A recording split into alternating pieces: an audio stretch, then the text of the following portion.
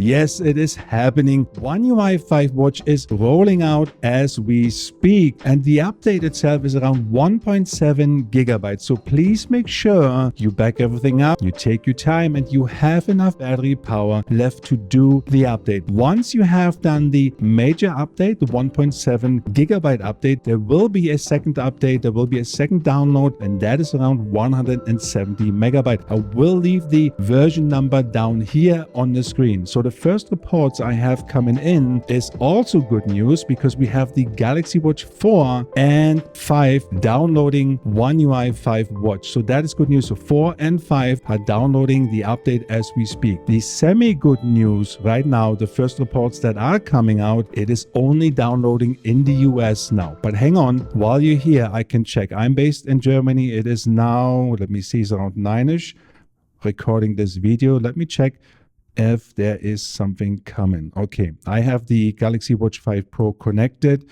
to my phone, to my Fold, as you can see, and I'm doing, no, it's not available yet. But what I do know from the last updates I've done, that usually it comes around here 10ish. So maybe by the time I edit this video, the update will be rolling out in Europe. I will let you know. But guys, let me know in the comments below. If you have a Galaxy Watch 4 or 5, go into your wearable app or go on your watch itself, check if the download is available. Do me that favor. And also, that will also help other people to know where it is rolling out once you put it down in the comments below. A short video, so thank you for watching. Please make sure to like, subscribe, and share so everybody knows what is going on. Peace out.